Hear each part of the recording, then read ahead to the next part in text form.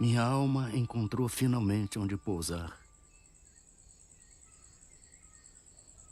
Tendo deixado os espaços agitados pelo vendaval da descrença, da dúvida, do ceticismo, que devasta, que esteriliza, que calcina, se assim me posso exprimir, recordando as torturas de quem sente a necessidade de crer, mas não encontra onde assentar sua crença. E não encontrava onde assentar minha crença, porque o ensino de Jesus, que uma força intrínseca, uma disposição psíquica me levaram a procurar, como o nauta perdido na vastidão dos mares, procura o norte.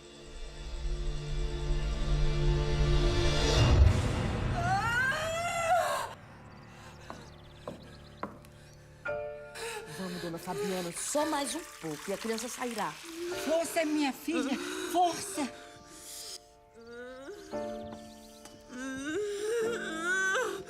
Agora, só mais um pouco, a senhora está conseguindo.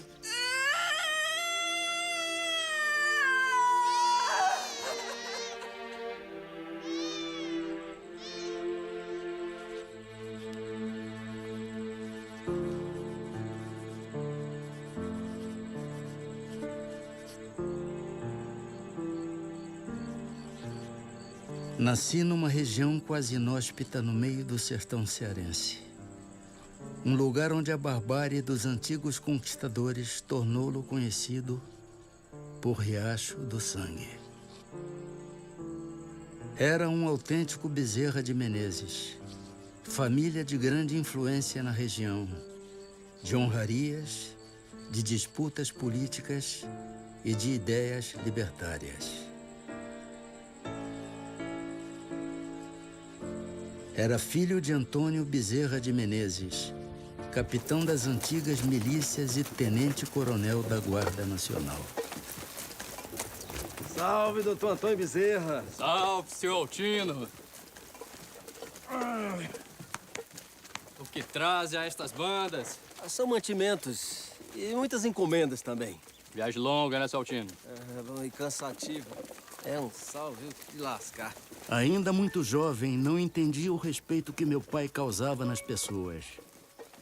Não era incomum a visita de tropas procurando rancho nas paragens de meu pai. Era costume patriarcal dos sertanejos permitir ao viajante com cama e mesa e provisões para a viagem.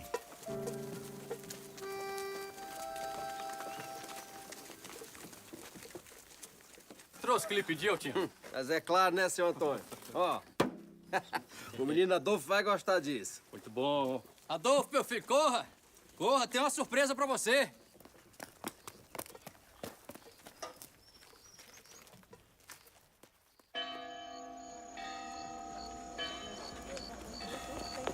Nos sertões das províncias do norte, as festas tomavam a noite, principalmente quando as comemorações eram em dias santificados.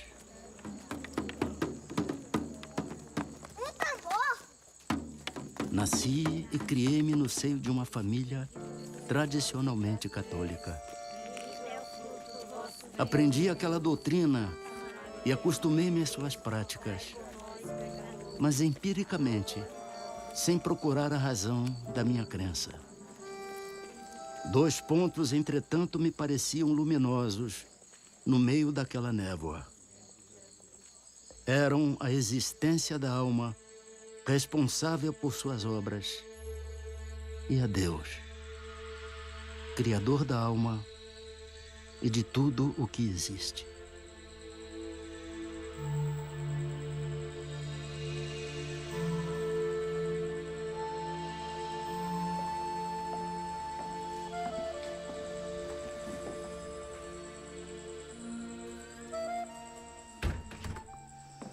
Doutor Leopoldino, o senhor sabe quanta alegria o senhor traz para essa casa com a sua visita e de sua esposa. Alegria e muita honra, não é mesmo?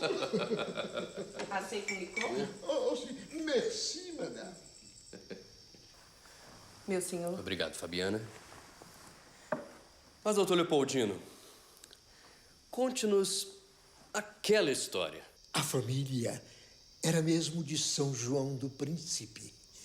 Uma família, sobretudo religiosa, que não se deitava antes de rezar o terço e não se levantava sem cantar o ofício de Nossa Senhora.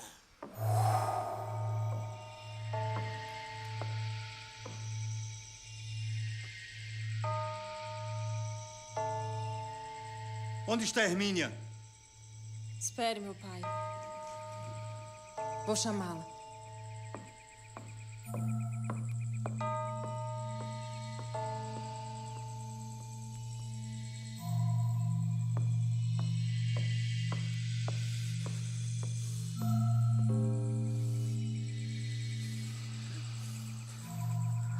Hermínia, minha irmã. Vamos. Está na hora do terço. Nosso pai já a chama. Ninguém me diz o que fazer. Que o terço espere nas profundezas do inferno. Sai daqui! Surpreendidos os pais, principalmente por não ter acudido ao seu chamado, ela que era dócil e obediente, mandaram-lhe dizer novamente que só estavam esperando por ela. A resposta foi que podiam esperar quando quisessem, que ela não estava disposta a concorrer com ridículas práticas.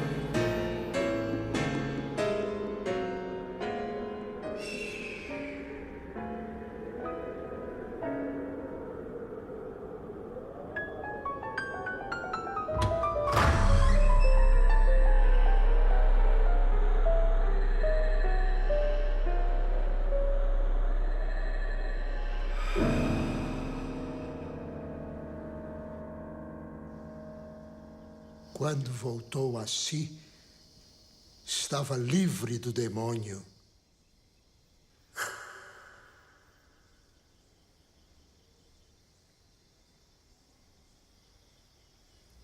Aquele relato do velho contador de histórias seria o meu primeiro contato com o universo além da matéria.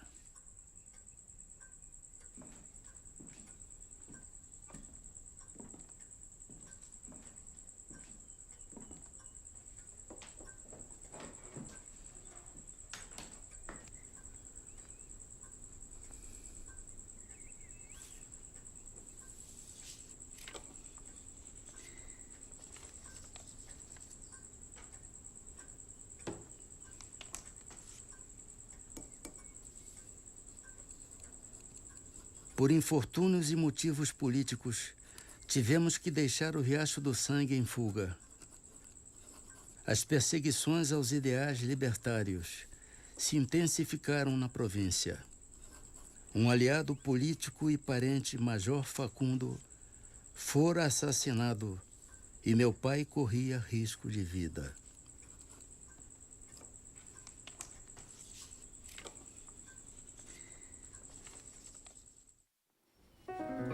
Você sabe o significado dessa frase? Não. Medici, sarat, natura, curate.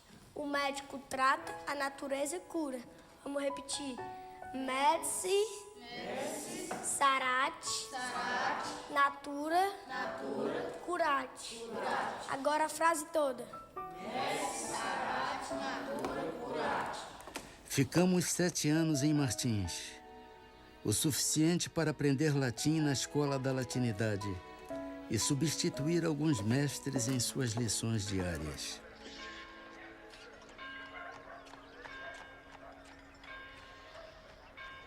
Retornamos ao Ceará após arrefecer os ânimos.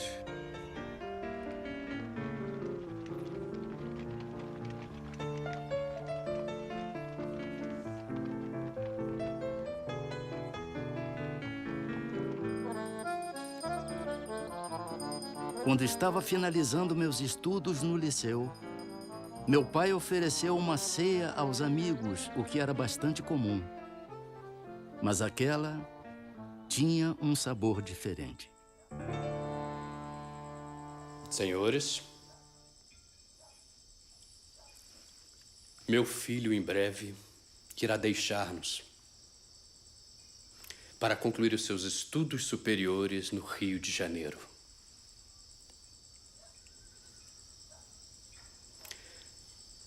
Quero, pois, aproveitar este momento solene e dizer-lhe, diante de meus amigos, uma palavra que me vem do coração.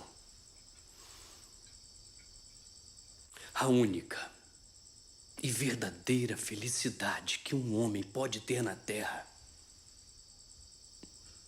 é a que oferece o estudo, o lar,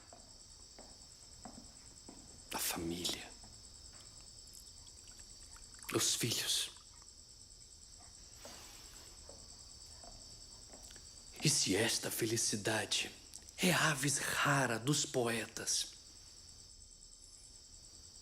meu filho irá encontrá-la em seu caminho. E peço-lhe, em meu nome e de sua mãe, que a acolha e não deixe escapar.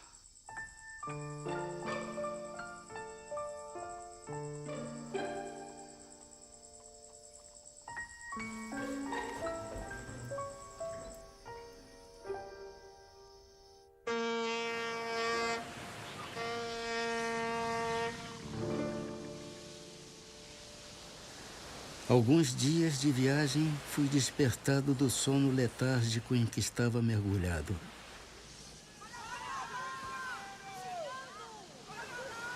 Nenhum perigo havia. Eram os passageiros que se acotovelavam para melhor verem o gigante de pedra que guarda a entrada da primeira baía do mundo.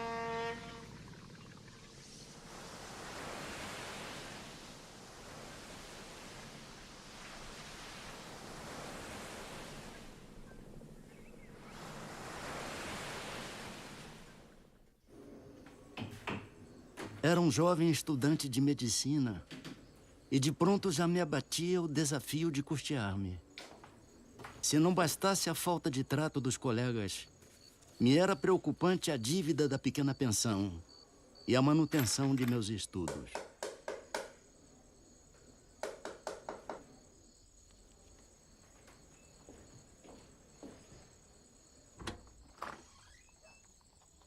Senhor, o que deseja?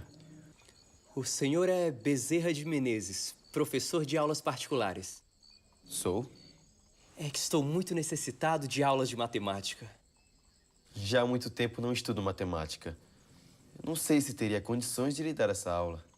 Mas é que estou realmente necessitado. Eu preciso muito da sua ajuda.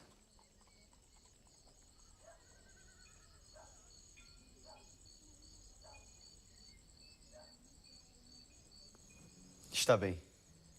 Mas eu preciso de um tempo. Uma semana, talvez.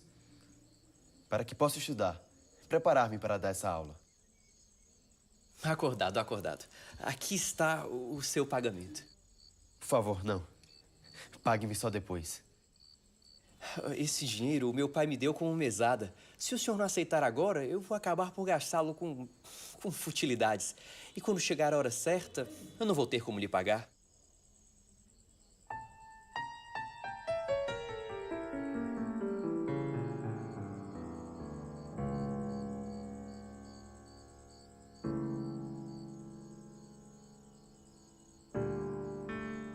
Está bem. Muito obrigado. Aquele dinheiro era suficiente, as necessidades mais urgentes.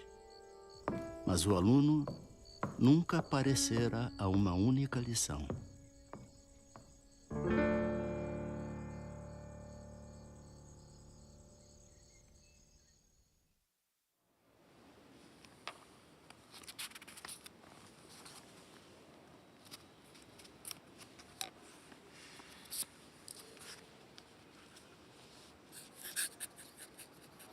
Os desafios de sobreviver em terras distantes já anunciavam o exercício da tolerância frente aos preconceitos de meus colegas na Academia Imperial de Medicina.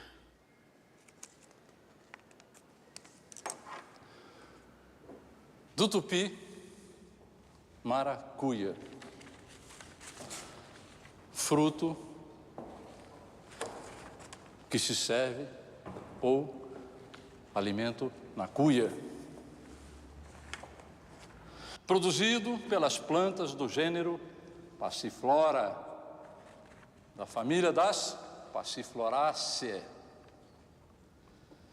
Angiosperma da ordem Malpighiales, divisão Magnoliófita, classe Magnoliópsida.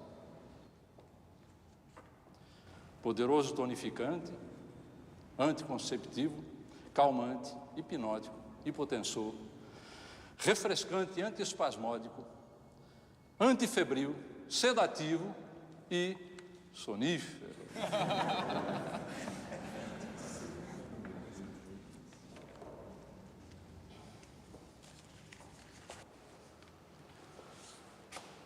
Meu jovem Adolfo, o senhor tem certeza de que a autoria desse documento lhe pertence?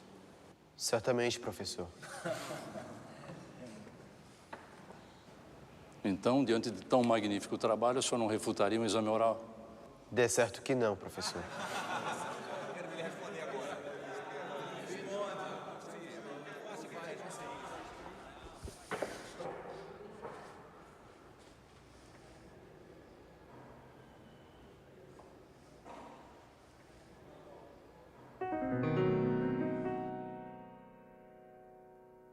Aquela arguição durou cerca de 1 hora. Ao constatar de que o trabalho era de minha autoria, conquistei um certo respeito de meus colegas e mestres.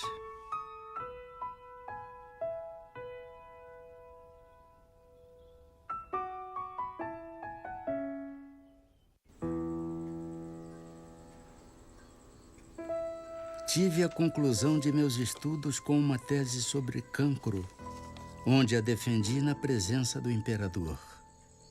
Após doutorar-me, já tomava posse como membro da Academia Imperial de Medicina e logo era um cirurgião-tenente, assistente do renomado cirurgião-mor, professor e amigo, Manuel Feliciano Pereira de Carvalho.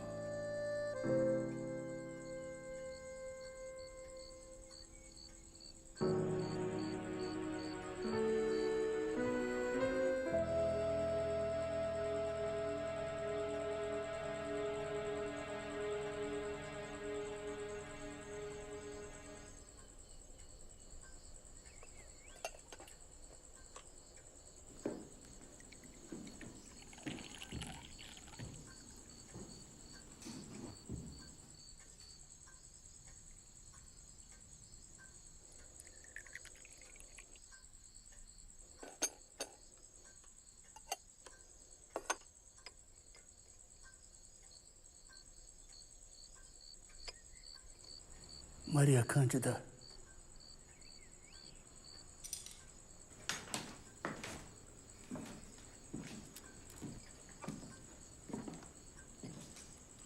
Maria Cândida. Creio, Adolfo, que devas aceitar o convite à vida pública. Não temas em trabalhar pelas causas nobres e humanitárias. Serás um excelente deputado-geral.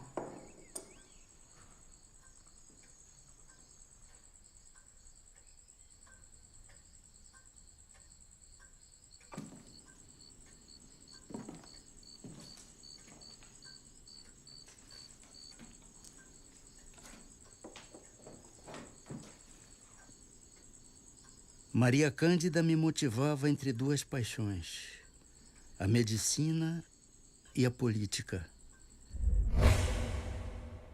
Senhor presidente, o projeto 15 de julho, da autoria do nobre deputado Rodolfo Dantas, é um avanço abolicionista. Fixa a idade limite da escravidão em 60 anos.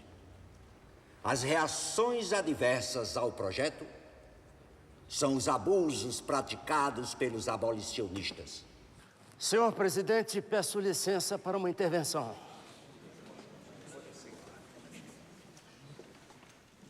Vossa Excelência sabe perfeitamente que um movimento que levava de forma acelerada a efetivar-se a abolição neste país foi bruscamente interrompido pelo projeto do dia 15 de julho.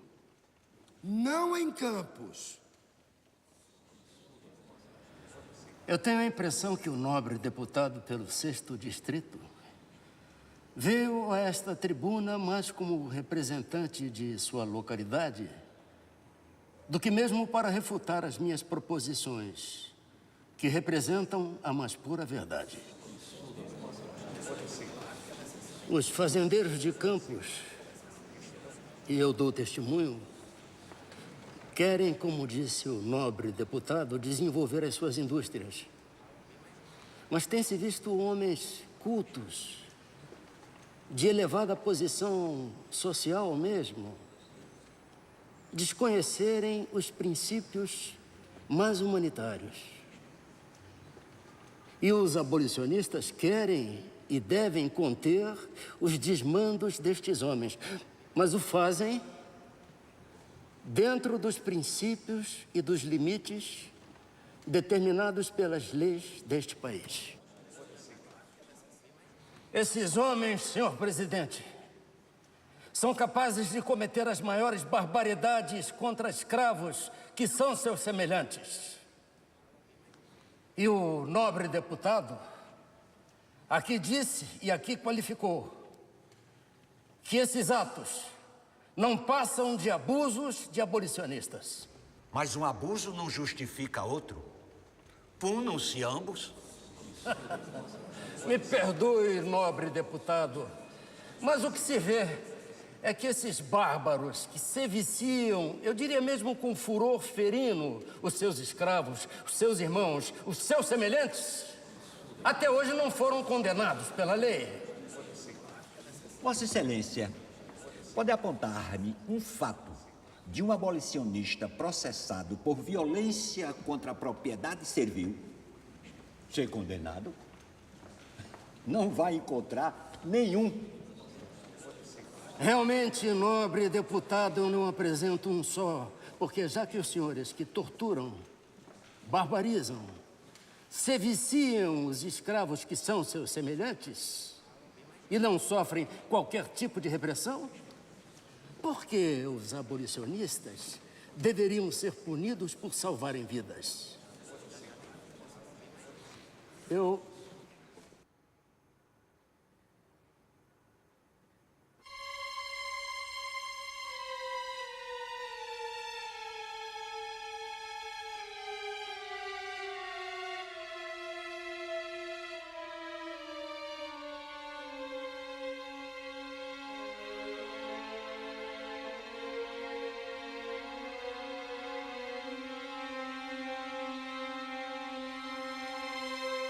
A política, como eu compreendo, não é uma especulação dos homens, é uma religião.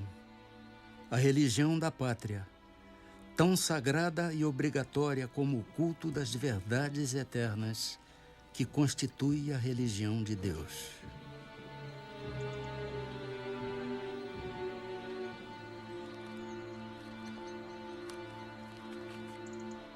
Vossa Excelência?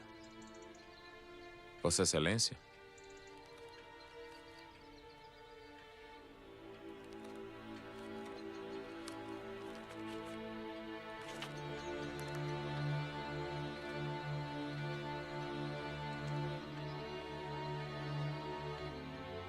Descrença, corrupção e incredulidade.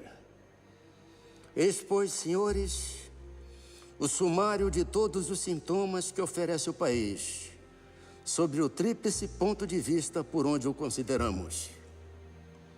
E quem, depois disso, ainda tão cego, que não divise nos horizontes da pátria a nuvem negra da tempestade. A pátria está principalmente em perigo quando princípios tão perniciosos como esses que apontei se insinuam por todo o corpo social, pois eles corrompem-lhe o sangue, gangrenam-lhe todo o organismo e tiram-lhe toda a força de coesão necessária para resistir à exploração produzida pelo choque de interesses sórdidos que tais princípios promovem com ampla generosidade.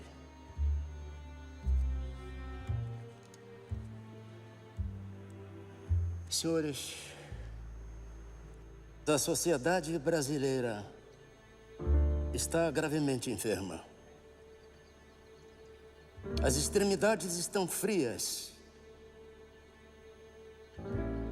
e o coração não tarda.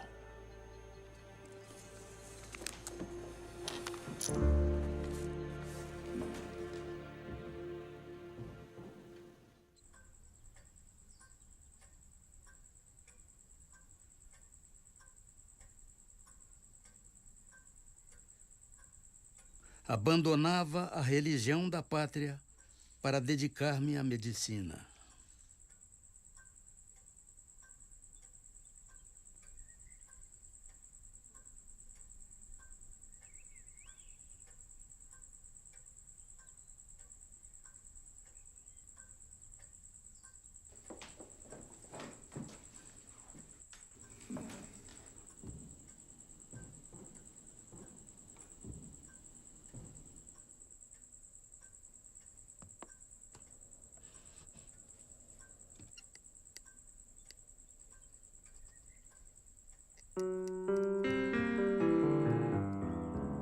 O amor, meu amigo, o amor é uma chispa da luz eterna que penetra nossa alma e nela grava o cunho das coisas imperecíveis.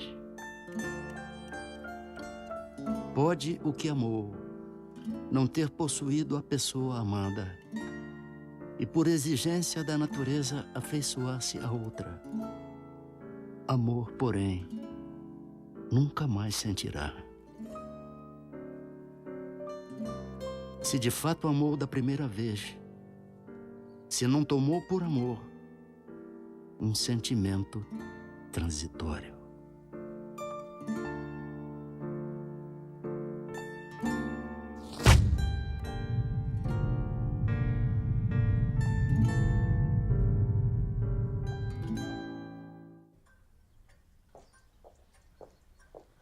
Após o desencarne de Maria Cândida, esposei-me com sua irmã, Cândida Augusta, que sempre esteve ao meu lado, principalmente nos momentos de desculto à matéria, resignação e dedicação à minha crença.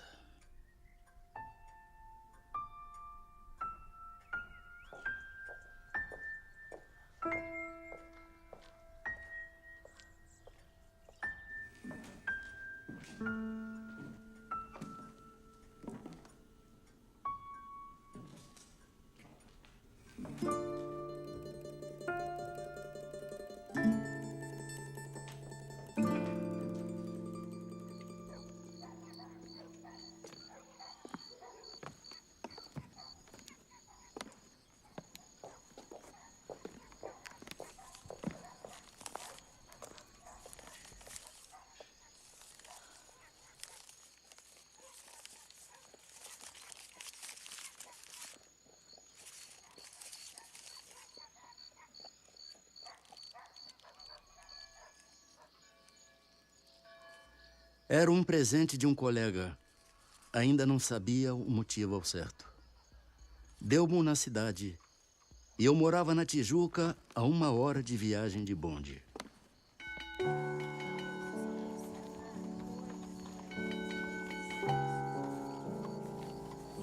Não tendo distração para a longa e cansativa viagem, disse comigo: Ora, Deus, Não hei de ir para o inferno por ler isto. Abri o livro e prendi-me a ele como acontecera com a Bíblia.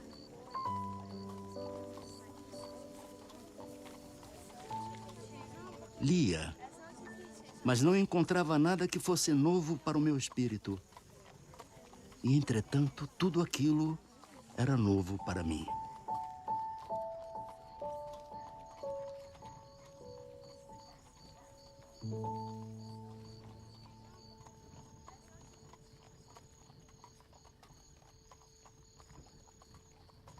Se não bastasse a afinidade com o livro dos Espíritos, a experiência com o médium João Gonçalves foi a certeza de meu desígnio.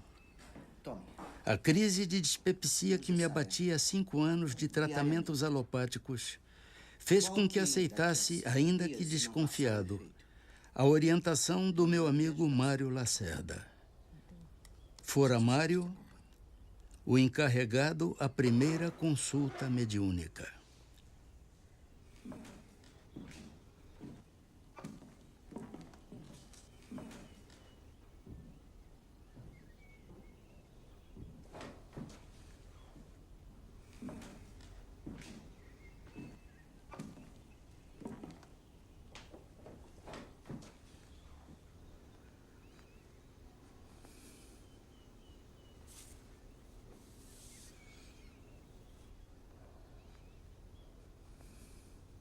O que lhe traz aqui, filho?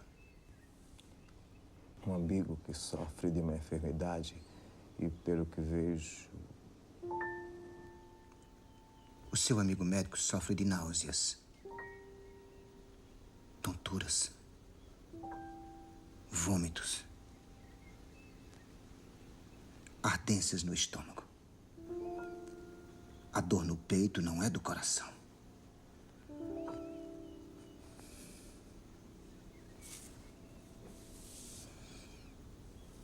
Entregue este remédio. Peça-lhe para diluí-lo em água.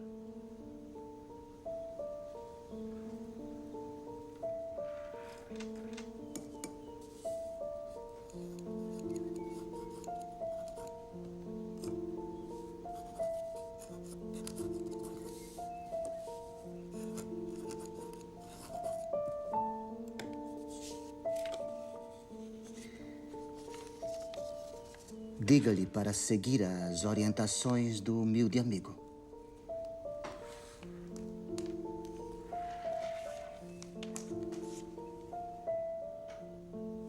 Nada me impressionou ver um homem sem conhecimentos científicos e até sem instrução regular discorrer com proficiência anatômica e fisiológica sem claudicar, como bem poucos médicos o podem fazer.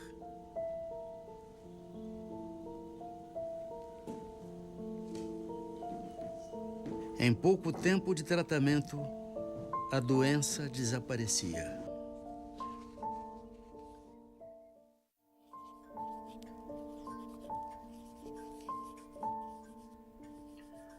Recordo-me o que seria um dia decisivo.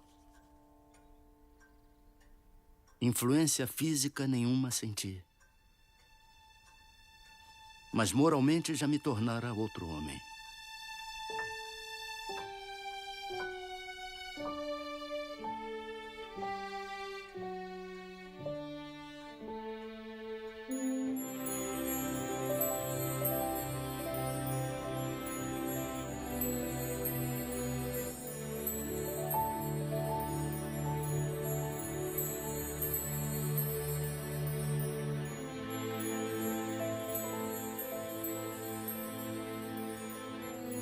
Senhor, o salão da guarda velha já está pronto.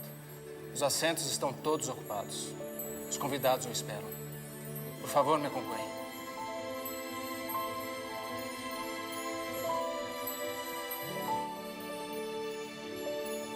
Com licença, senhor. Quero assinar o livro de presenças.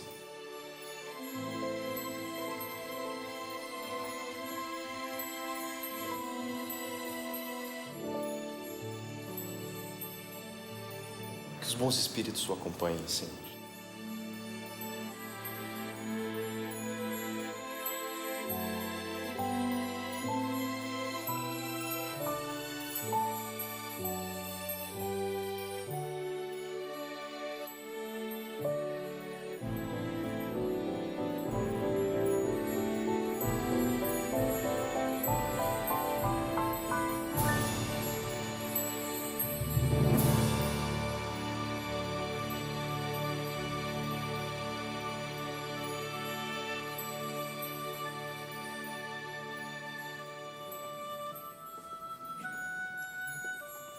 Naquele dia me abracei com um cascalho para não rolar no abismo da descrença.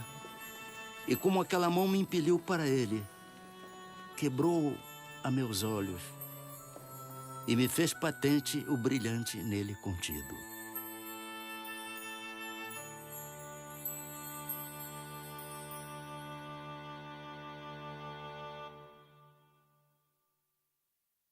Minha alma encontrou finalmente onde pousar. Posso dizer o meu credo espírita com o apoio de minha consciência e não por imposição de uma autoridade que me queira impor a fé. A moral cristã, iluminada pelos inefáveis princípios do Espiritismo, não pode deixar de modificar para melhor aquele que a procura não por dever, mas por saber que nela encontrará a paz do espírito. Não sou, por minha fraqueza, capaz de analisar o que esta santa doutrina pode fazer pelo coração humano. Também não quero fazer qualquer julgamento para não incorrer no orgulho ou em falsa modéstia. Mas posso afirmar aos senhores que já compreendo os meus deveres para com Deus e os meus semelhantes de modo acentuadamente mais diverso do que antes de ser espírita. Por favor, senhores, vos rogo um pouco mais de vossa atenção. Sei bem que já vos tomei vosso precioso tempo, além do necessário. Mas ao longo da minha vida, ouço dizer que fora da igreja não há salvação. Fora da verdade não há salvação. Mas eu pergunto aos senhores e senhoras, o que é a verdade? Pôncio Pilatos indagou a Jesus: diga, rei dos judeus, o que é a verdade? E o mestre, humilde e silenciosamente, abaixou a cabeça. E o Espiritismo? O Espiritismo não pede, não afirma que fora do Espiritismo não há salvação. Ele diz humildemente que fora da caridade não há salvação. Obrigado. Bravo, bravíssimo! Muito bom!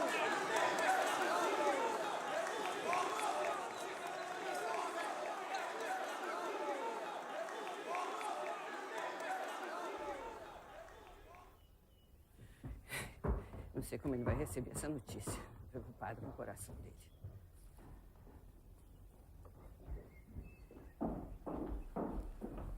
Ah, Soares. Soares, meu irmão, não lhe trago boas notícias. Por que tamanha aflição? É sobre o nosso irmão Adolfo. Leia você mesmo. Creio que está desequilibrado.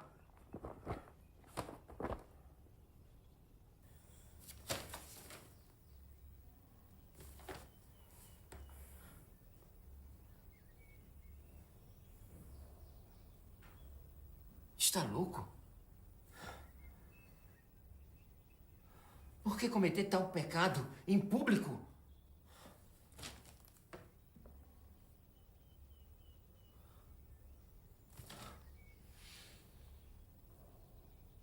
Adolfo expõe o nome de nossa família à ridicularização pública através de forças demoníacas. Mas o que houve, Soares? Meu irmão, Adolfo, adotou a religião dos demônios em discurso público. Religião dos demônios. O espiritismo, uma religião de fantasmas, de pessoas falecidas. Religião de fanáticos que afastam os homens da pura e verdadeira religião. Espiritismo. A religião em que as pessoas se comunicam com os mortos? É. Eu sinto o cheiro de enxofre das palavras dele. Meu Deus, só pode estar possuído. Precisamos buscar o auxílio da Igreja Católica para exorcizá-lo. Religião do politeísmo, religião dos demônios. Que Jesus Cristo expulsou. Religião de Pitágoras. Buscam a pluralidade da existência como boa nova para atrair noviços.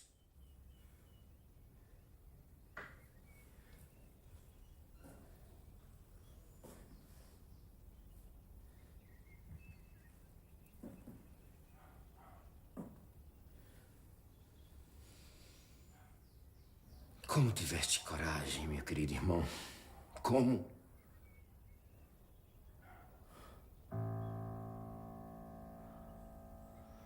Devo comunicá-lo o exprobo de nossa família. Não farás mais parte dela.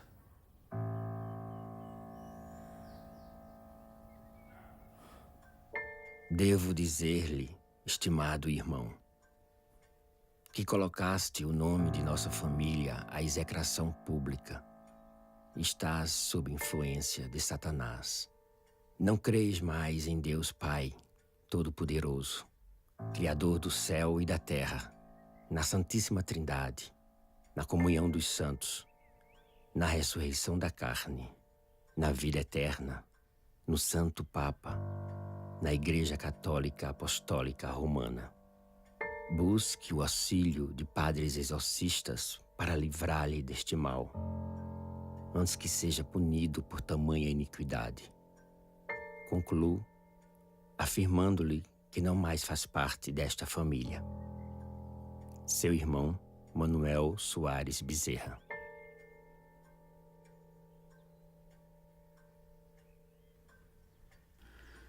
Dentre as reações adversas à minha escolha ao espiritismo, aquela me atingira profundamente a alma.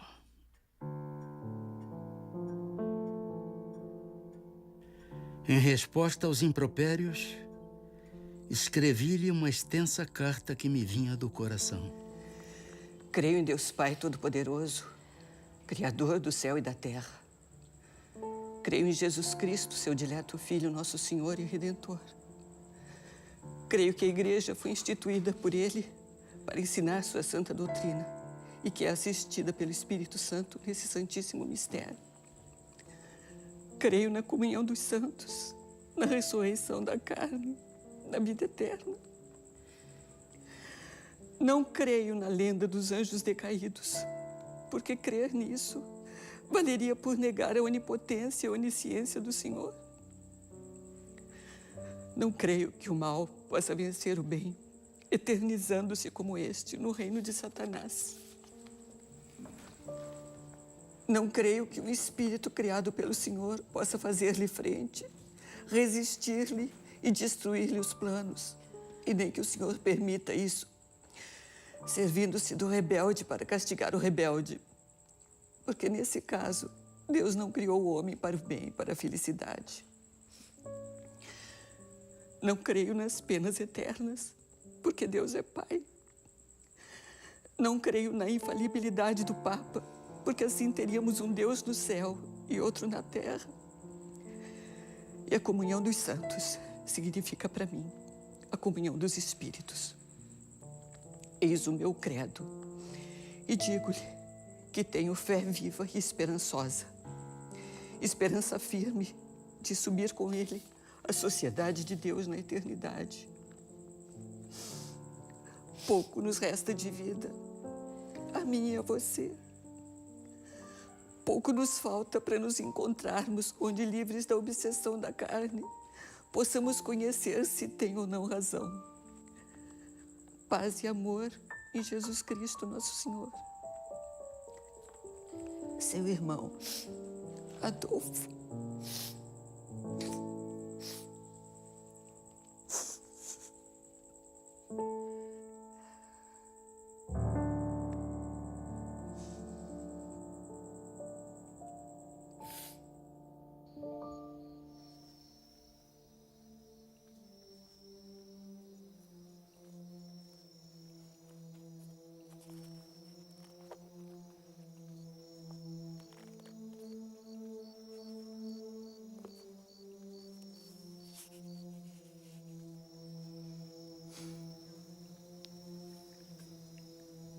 Amai os vossos inimigos. Agradecemos a todos os bons espíritos de luzes que quiseram se comunicar conosco e lhes pedimos nos ajudar para que possamos desenvolver e orientar a todos através das instruções que nos deram e que possamos, ao final desta reunião, cada um de nós sair cada vez mais fortalecido na prática do bem e do amor ao próximo. Desejamos também, ao mesmo tempo, que essas instruções sejam proveitosas para os espíritos sofredores, ignorantes, viciosos, que também pediram para assistir à nossa reunião e aos quais rogamos a Deus toda a sua misericórdia. Graças a Deus.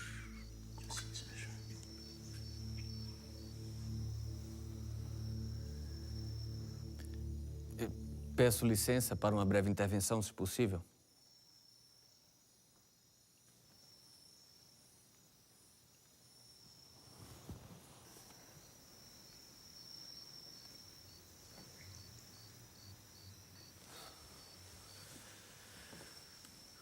Bezerra, continuo ateu.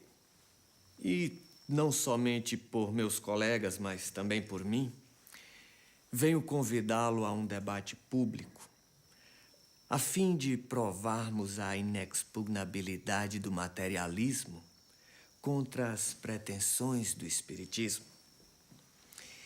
E devo prevenir vocês que o materialismo já levantou extensa lista de nomes de médiuns fraudulentos, de ilusionistas que operam em nome de poderes imaginários, daqueles que largaram o suposto das forças psíquicas e fizeram declarações quanto às mentiras piedosas de que se viram envoltos, dos chamados sensitivos, que reconheceram seus enganos e desertaram das fileiras espíritas. E, juntamente com esta relação, apresentaremos outro rol de nomes que o materialismo também levantou. Nomes dos experimentadores que provaram a inexistência da comunicação com os mortos, de sábios que não puderam verificar as factícias ocorrências da mediunidade, de observadores desencantados de qualquer testemunho de sobrevivência, de estudiosos ludibriados por vasta súcia de espertalhões. Esperamos que você e os espíritos aceitem o repto.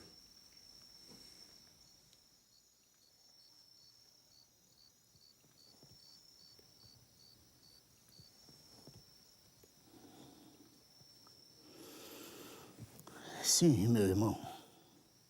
Se é que posso chamá-lo, meu irmão. Aceitamos o desafio, desde que o irmão traga para o debate um infortunado que o materialismo tenha soerguido moralmente no mundo. Um malfeitor a quem a dignidade humana tenha sido devolvida. O infeliz a quem o materialismo tenha restituído o riso, a alegria de viver. Os desesperados da alma a quem tenha sido restituído a paz do coração. E aqueles que sem rumo, sem bússola na vida, que foram arrancados das portas do inferno pelo materialismo. Acontece isso, irmão.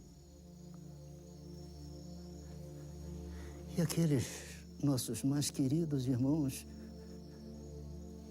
cuja morte arrebatou seus seres mais queridos, e que, enregelados na dor, será que o materialismo acenou para eles com esperança? E as viúvas, órfãos, será que o materialismo apontou para eles a esperança também?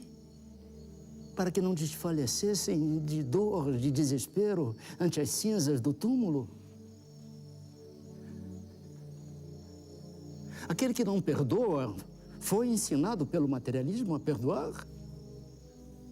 E os nossos semelhantes, que vieram do berço cegos, mudos, paralíticos, deformados,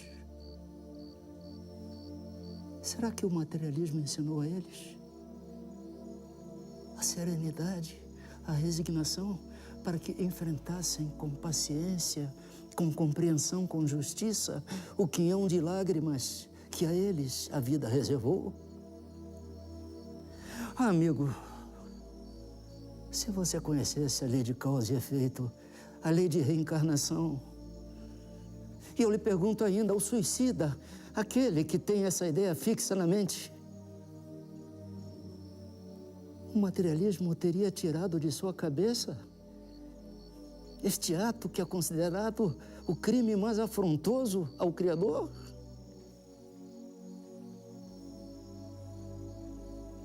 O materialismo esvai-se. O materialismo não preenche a existência. O que fica é um vazio existencial. O que fica é um vazio espiritual.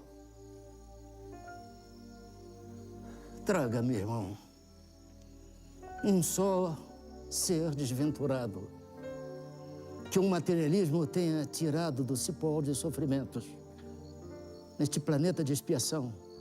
E nós, espíritas, aceitaremos o rapto.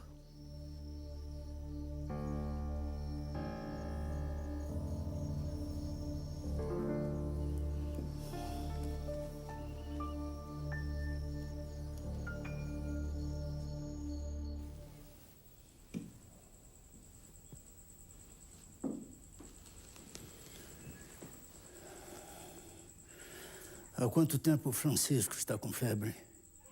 6 horas. Começou sem nenhum motivo aparente. Muito bem. Eu vou preparar um banho. A febre vai ceder. Não. Fique com o Francisco. Eu atendo.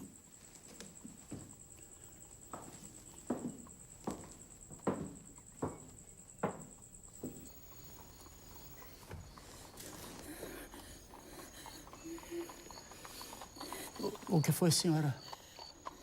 O que aconteceu? Senhor, o senhor precisa me ajudar. A minha filha está muito doente em casa. Quando eu cheguei, ela já não tinha mais nenhuma força. O senhor precisa socorrê-la. Eu sei, senhora. Acontece que o meu filho também não... Eu imploro, senhor. Eu tenho medo de perdê-la ainda essa noite. Está bem. A senhora fique calma. Aguarde um segundo. Eu vou pegar meus instrumentos. Calma.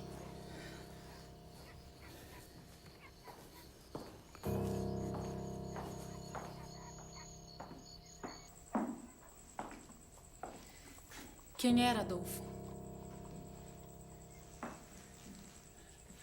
Uma senhora aflita.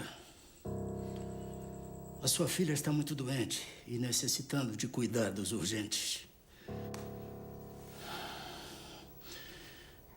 Fique com Francisco. Eu vou atendê-la. Não, meu filho.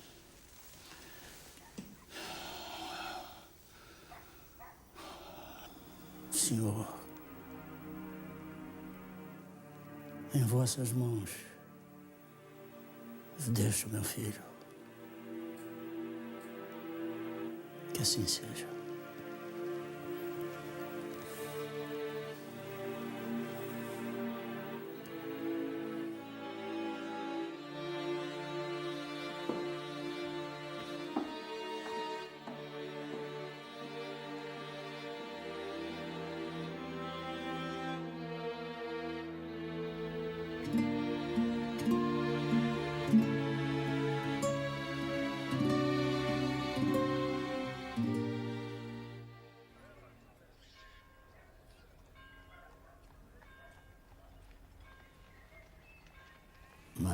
Mais. Bota a linguinha para fora. Isso.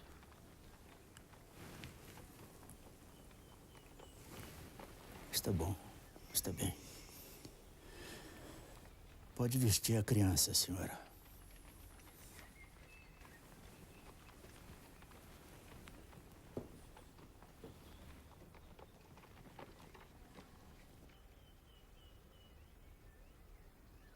Esses são os medicamentos que a senhora deve comprar. O que a sua filha apresenta tem cura.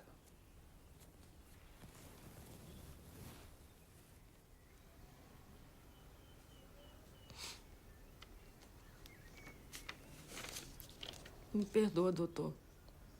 Mas eu não tenho um centavo de réis para comprar o medicamento.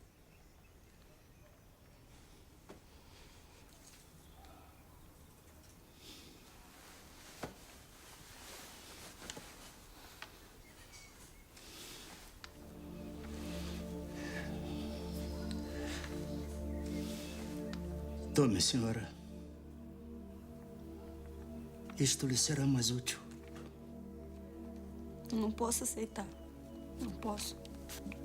O seu anel de formatura. Ele não terá a menor utilidade para mim, senhora. Se eu não puder exercer o meu ofício em toda a plenitude, por favor.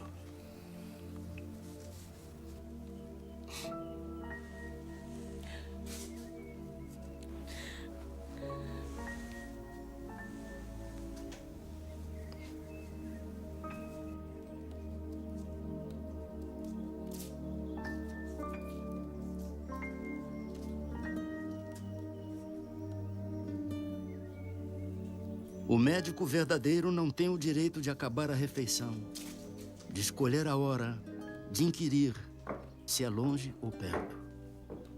O que não atende por estar com visitas, por ter trabalhado muito e achar-se fatigado, ou por ser alta noite, mau caminho ou tempo, ficar longe ou no morro. O que sobretudo pede um carro a quem não tem como pagar a receita, ou quem diz a quem chora à porta que procure outro. Esse não é médico. É negociante de medicina, que trabalha para recolher capital e juros dos gastos da formatura.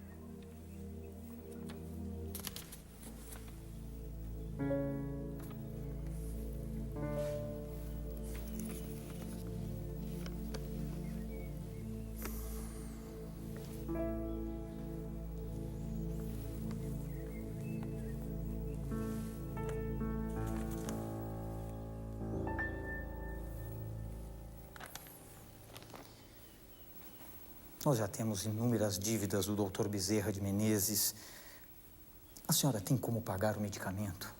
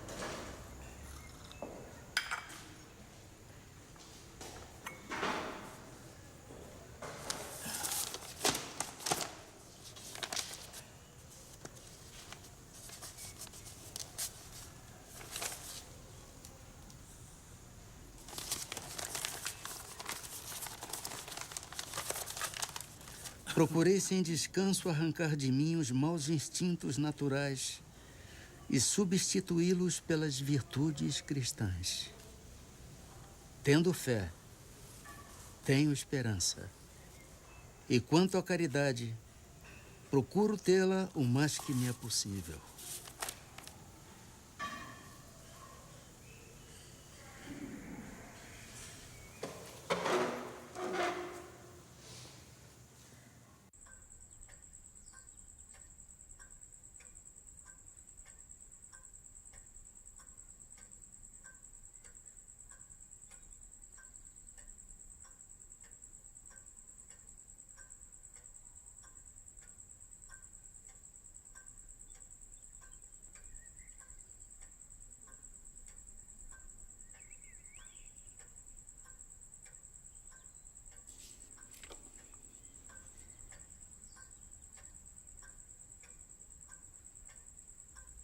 O homem vai na vida semeando boas e más ações, porque não há um que não pratique de umas e de outras.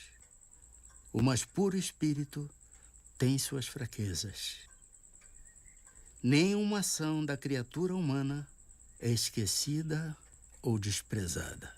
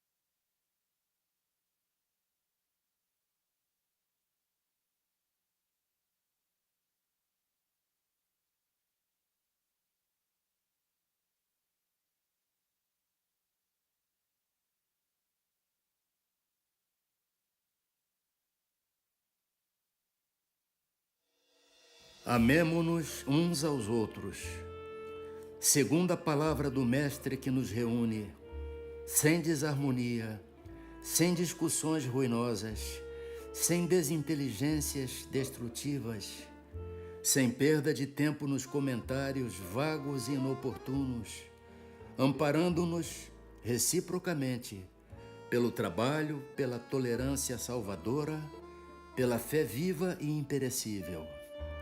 Recordemos as palavras do Código Divino para vivê-las na acústica de nossa alma, seguindo o Senhor em sua exemplificação de sacrifício, de solidariedade e de amor.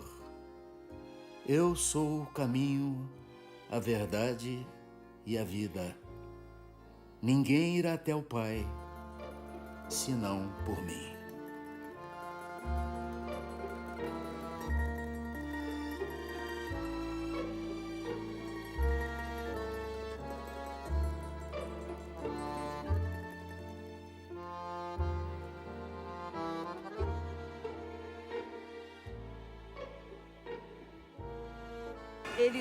Ele é um espírito que ele coordena todos os médicos do espaço. Tem invocado todo dia na minha casa. Nós todo dia pedimos que ele dê uma assistência espiritual, que ele fique próximo, estenda as suas mãos, a fim de que a gente consiga, seja merecedor de receber a graça. Eu perdi uma vista. E nem parece. Então, nessa operação eu pedi, não só o Bezerra de Menezes, como a outros médicos do espaço, que orientassem os médicos que estavam me operando. A humildade, a caridade, são o maior exemplo do Dr. Bezerra de Menezes. Foi um médico, mas fazia muita caridade, ajudava muitas pessoas, entendeu? São um dos maiores exemplos dele, a caridade, a humildade que ele tinha no coração. Quando eu me lembro que o Dr. Bezerra nasceu em 1831, e conseguiu o que ele conseguiu, porque a gente vai fazer um pouco mais de esforço para também conseguir ser uma pessoa melhor. Para mim, Bezerra de Menezes, se fosse ele católico, ele era santo já. Como era espírita, ele é um trabalhador do Cristo em benefício das pessoas carentes, em benefício de todos nós. Bezerra de Menezes é a luz. Depois de Jesus, só Bezerra de Menezes, porque respeitando a Deus, porque o que ele fez, nenhum outro homem fez aqui. Pelo menos no Ceará, no Brasil. Porque no século passado, nascer aqui, se formar, ser o médico dos pobres, renunciar a tudo e aceitar a doutrina espírita, e divulgou a união, o amor pelo seu semelhante, concluídas as palavras de Jesus. Amai uns os outros como eu vos amei. Ele amou tanto que não ficou com nada da terra, mas ficou com tudo do céu.